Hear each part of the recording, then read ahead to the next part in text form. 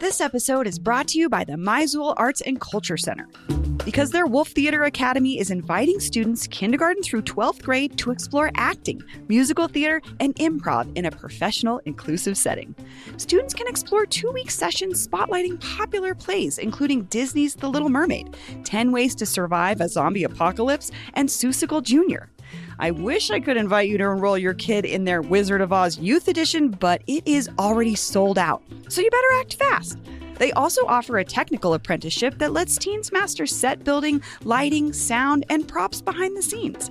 Faculty and guest professionals foster creativity, teamwork, and self-confidence in every student. Enroll now at jccdenver.org/camps/WTA and let your star shine on stage. That's jccdenver.org/camps/WTA. And don't worry about that URL. You can find it in the show notes.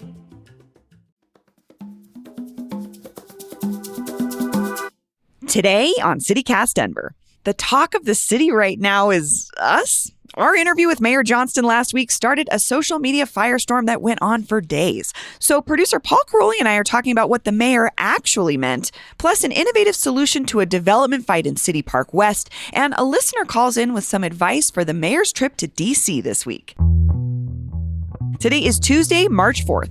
I'm Bree Davies, and here's what Denver's talking about.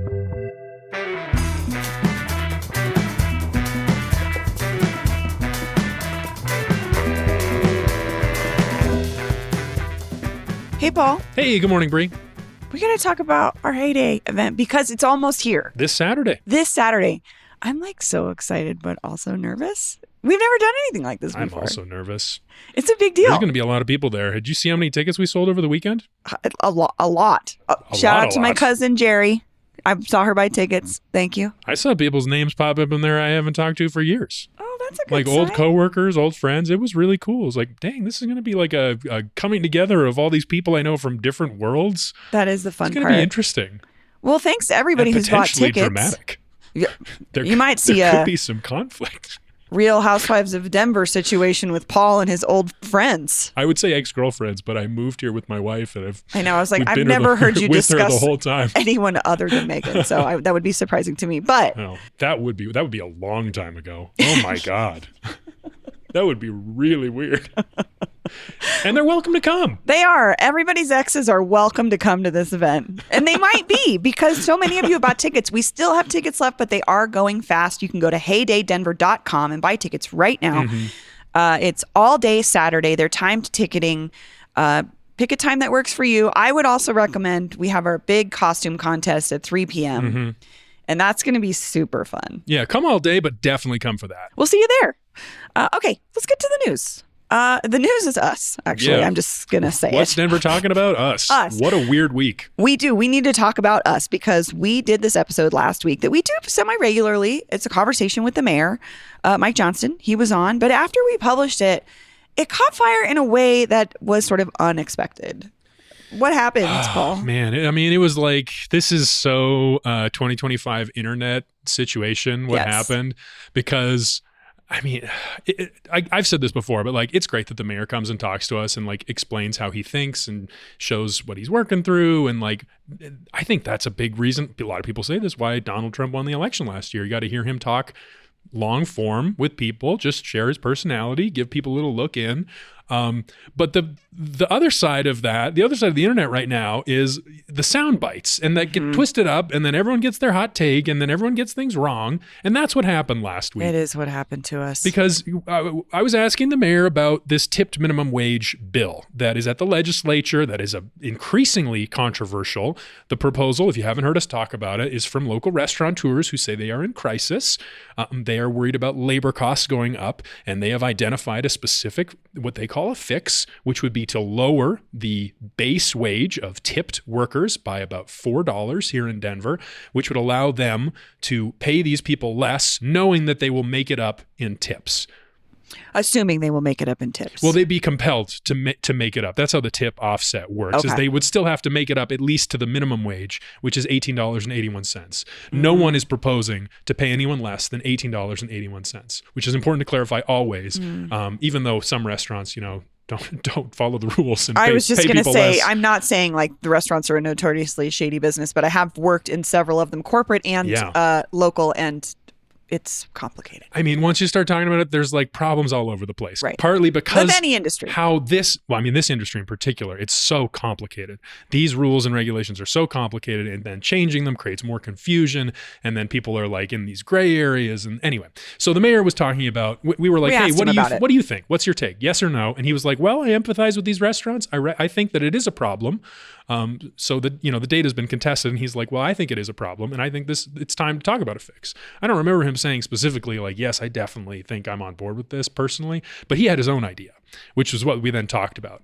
And his idea is what got misinterpreted. Right. Because if you listen to that episode, what you heard was the mayor say, I think restaurants should go to a service fee.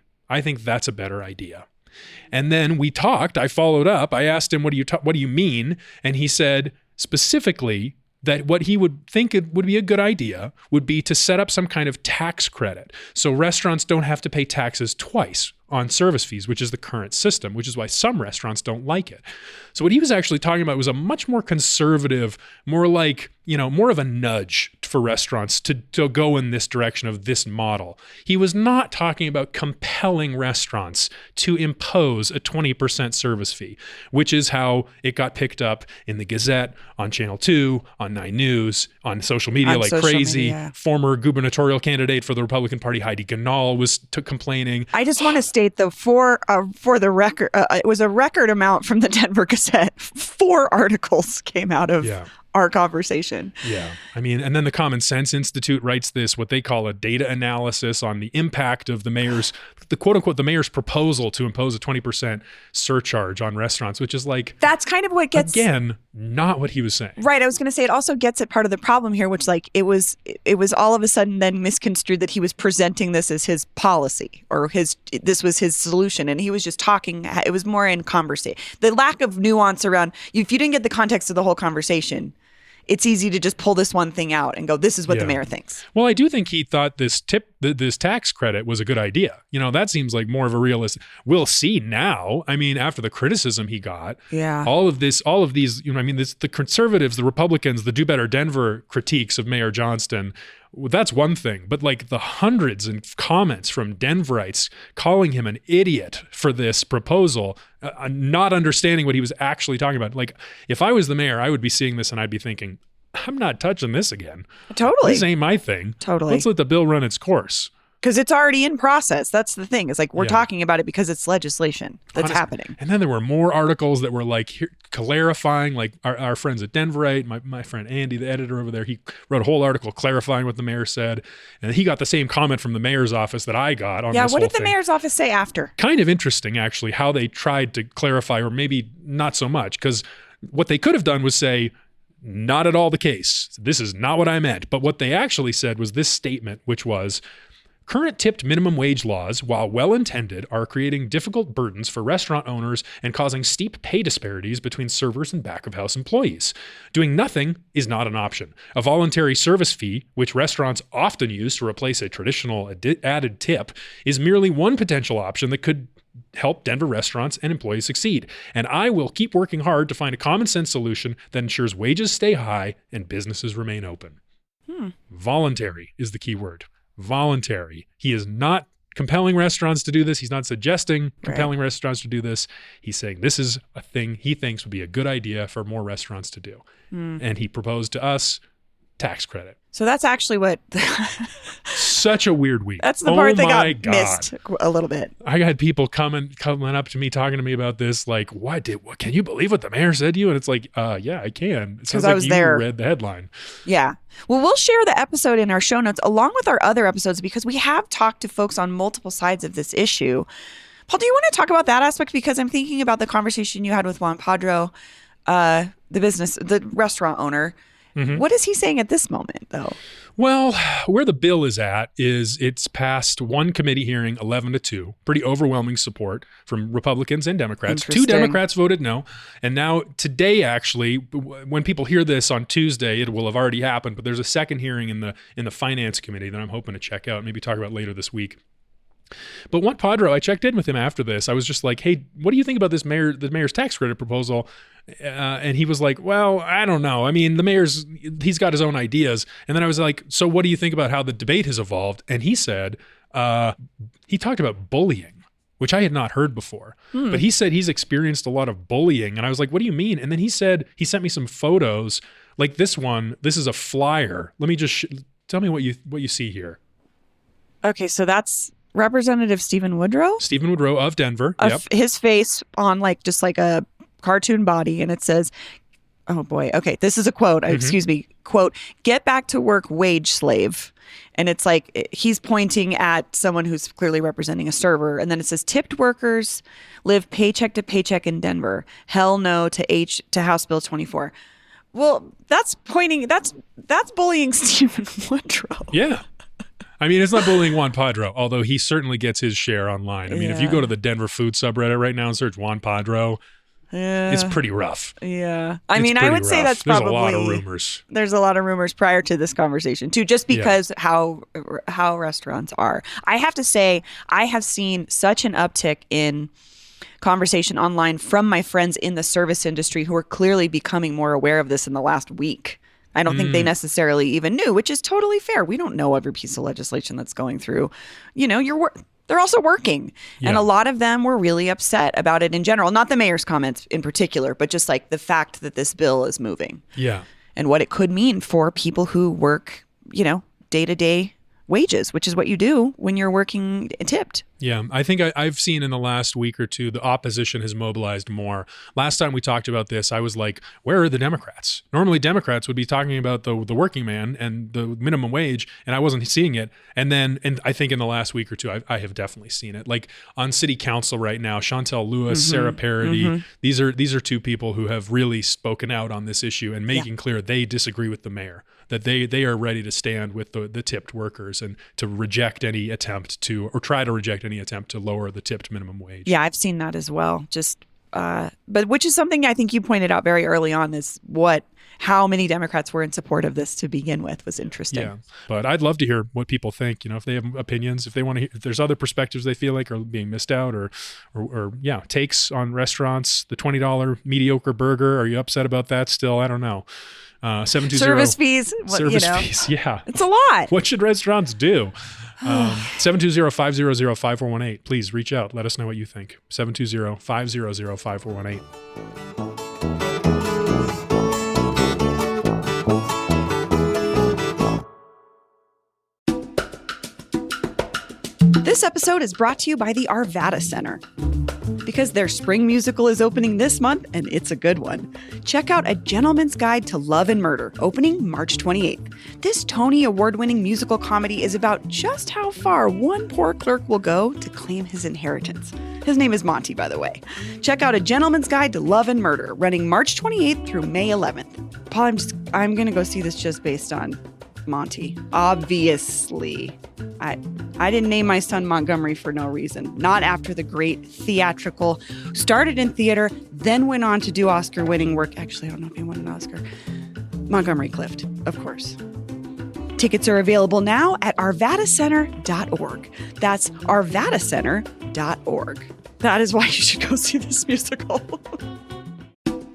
This episode is brought to you by Clear Creek Makerspace.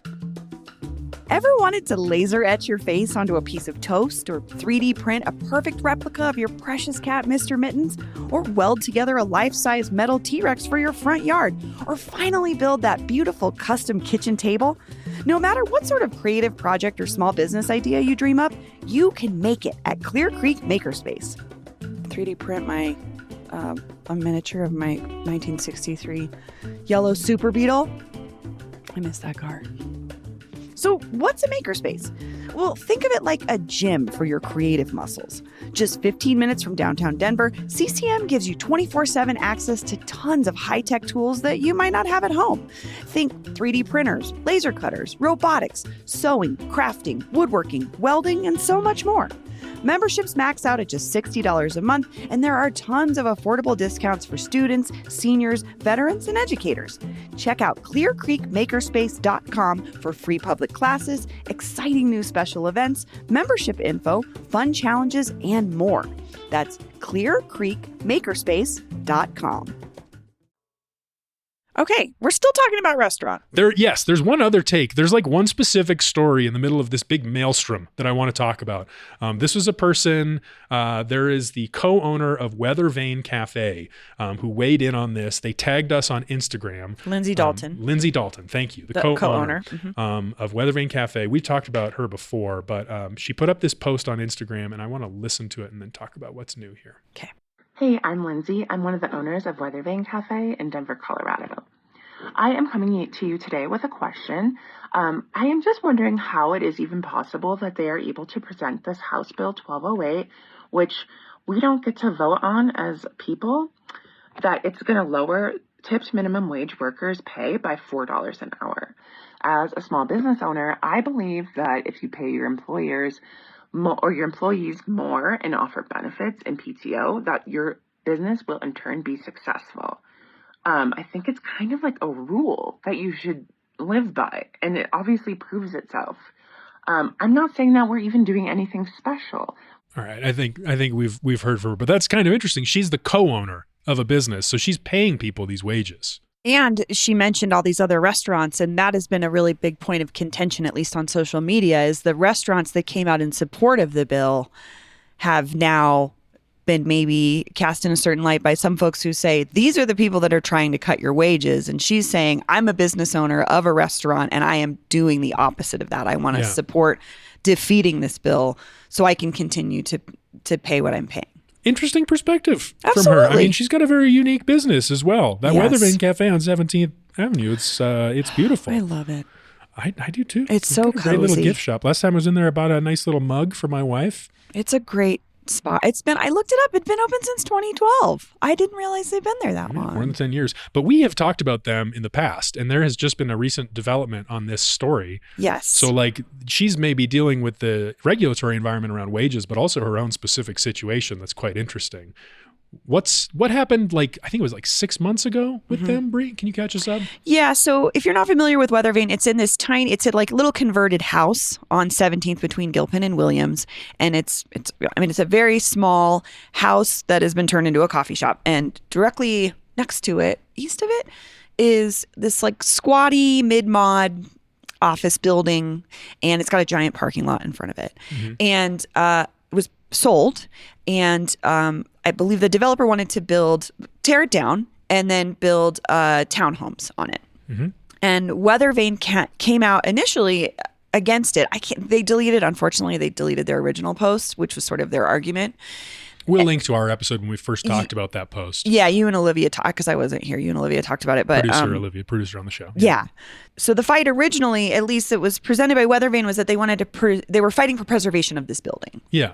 And I think, as with any preservation fight, it's pretty subjective, right? Like how people feel about a building and, what can make it historic. There's all these markers, blah, blah, blah.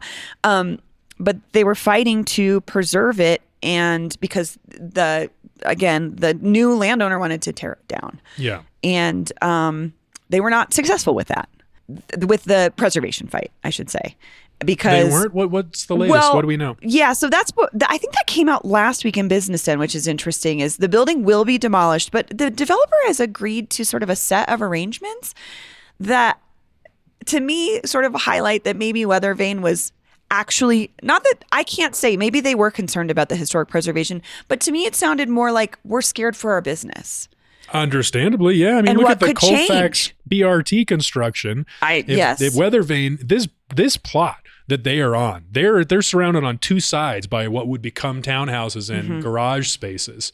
So like, think about the construction, how that would affect their business. And then I know there's retail space that was in the plan. Right. So they were like, well, what if they put a coffee shop there? Which is a totally fair concern, especially they've been a successful business, and we have seen this happen where like your tiny little building gets overshadowed by something larger. Maybe people can't see it anymore. Maybe you lose traffic, blah, blah, blah.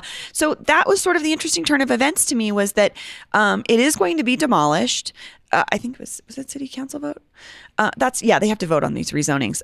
But the developer has agreed to pay $500 towards sign advertising that Weathervane will be open during construction, and up to $3,000 for postcards saying the same thing mailed to nearby residents, like, hey, we're still open. The developer also agreed to tell construction workers they can't park on 17th in front of Weathervane. And he said he would not allow a coffee shop or cafe to go into the project's commercial unit upon completion. And in exchange, it says that Weathervane owner Lindsay Dalton agreed to personally support the rezoning and encourage others to, quote, at a bare minimum, not oppose the application. So interesting. It is interesting because I don't want to question their reasoning for why they were pushing for a historic designation. It just does get to the complexity of sometimes this is not just about a building being historic, but it's about the built environment and how that works for the existing businesses or things that will stay there. So I think this is just an interesting solution that we haven't really seen elsewhere. Super innovative. Which is like, I not saying like, oh, good job developer, but it's kind of cool that they were able to come to a conclusion that seems to be, because I think in a perfect world, this developer would say, yeah, of course I want a cool coffee shop next to my building. To me, that would be a selling point. If I'm buying a townhome and there's a Weathervane next to it, it sounds awesome. Yeah. Not everybody would see it that way. Like, he could have been like, I'm going to put a coffee shop in here. So it's cool that they came to this agreement. As to where this is, if this was really a historic preservation fight, I don't know. What I see here is I'm looking at the power dynamics, and I'm thinking like, why would the developer agree to shell out this money for the neighboring property owner? They don't have to do that. $3,500 is not like... It's not a lot. But they don't have to do anything. So it says to me that what Lindsay Dalton did was she whipped the votes. She gathered the support. Maybe she had some neighborhood support and could have pushed on the city council to oppose this rezoning. And the developer maybe was unsure about whether or not it would get approved. So I see this as kind of like settling outside of court. Yeah, making a deal in order to, make business happen, keep everybody happy. Smart business person. I think it sounds like a win-win to me. Yeah, it does to me too, because Weathervane gets to stay. And get a little bit of support from this building, which again, will most likely be full of people. Paul, you're living in a place right now where you can probably walk downstairs and get coffee. You can't do that at your home, right? Right now, I can't just walk downstairs and get coffee. I could see why this would be such a benefit to me as a builder. Oh, hell yeah, there's a cool coffee shop next door. So I can see it being mutually beneficial. Although on the other side, I'm hearing the people who are like pro-housing, pro-density, we need to make it as easy as possible for developers to build housing right now so we can lower the prices of housing, the price of rent. And they would say, well, if the expectation for developers is they're going to have to start giving these payouts to neighbors, that's going to make it more expensive. It's such a paltry amount to me that like this feels like a good neighbor agreement personally. Like this seems like a good agreement. $3,500. Yeah, much. It feels pretty sweet deal on both sides. And I think that this is where the nuance is important. These conversations about development have to be able to be at a person to person level. And this sounds like one of it. I wish that we had more solutions like this because we're still getting the housing. It's still getting built. And the business gets to stay there and not be as worried as maybe they were before.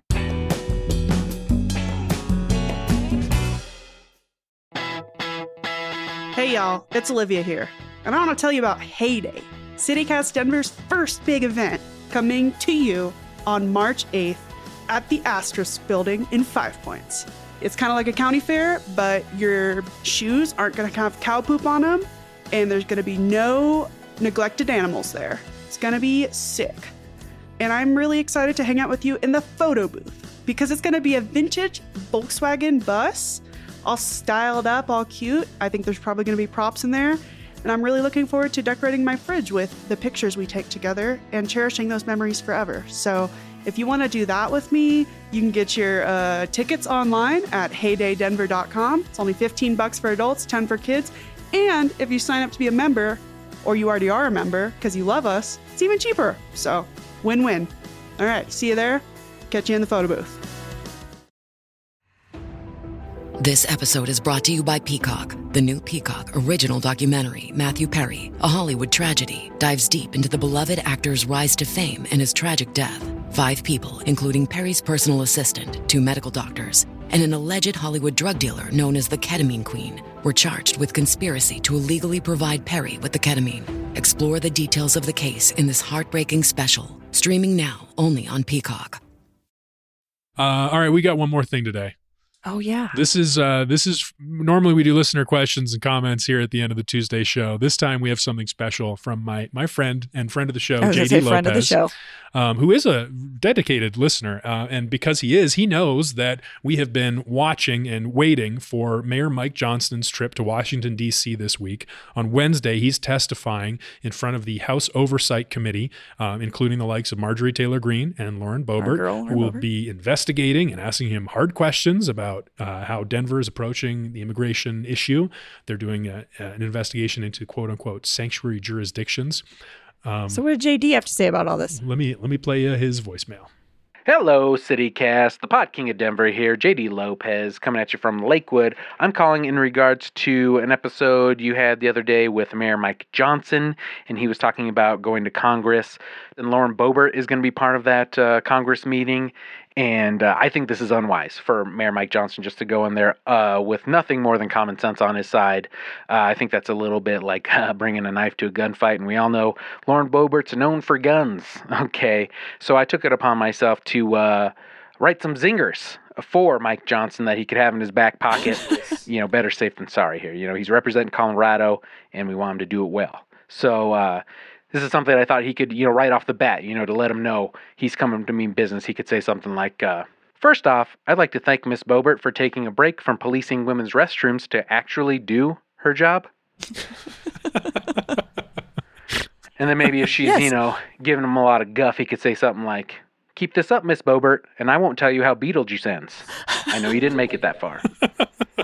And then maybe if Lauren's taking some cheap shots at him or something, he could say something like, it must be tough, Lauren. Usually when you take cheap shots, you have a gun in your hand, not a microphone. And then once he's got her on the ropes, he could say something like, believe it or not, Miss Boebert, your district includes more than a Cracker Barrel gift shop in the gun aisle at Walmart. Okay. And then last one I got for him here, he could maybe end it with, it's funny. Miss Boebert says she cares about border security, but she couldn't even secure her own house seat. Well, I hope the mayor can use some of these zingers if he feels the need to. He's representing Colorado, and he needs to be ready with some good comebacks, okay? Thanks for everything, CityCast. Love you. Talk to you soon. All right. Thanks, JD. Love you too, man. Thanks I love for calling JD's radio show shock jock drive time voice. He's so good at it. Yeah, he's got a voice for sure. I like the singers too. I mean, that's going to be interesting. The mayor going to DC. I don't know if he'll use any of those. I think he's going to try to be boring. Yeah. It seems to be like try not to stick out as much as possible. But maybe if he's really under pressure, he can pull out some of these from JD's, the Mayor Mike Johnston writer's room. We'll make sure to send the mayor's office a link. I'm sure they'll listen. But JD, thank you always. We love your input. Thanks for calling in. Well, I guess that's it. Thanks, Paul. See you next time. That's all for today here on CityCast Denver. If you enjoyed this show, why not take a minute to tell Lindsay Dalton about us? Rate the show wherever you get your podcasts and subscribe to our morning newsletter and learn more about us at denver.citycast.fm. And if you love the show, come see us in person at Heyday, an indoor fair with a distinctly Denver twist, on Saturday, March 8th. Get your tickets now at heydaydenver.com. We'll be back tomorrow morning with more news from around the city. See you later.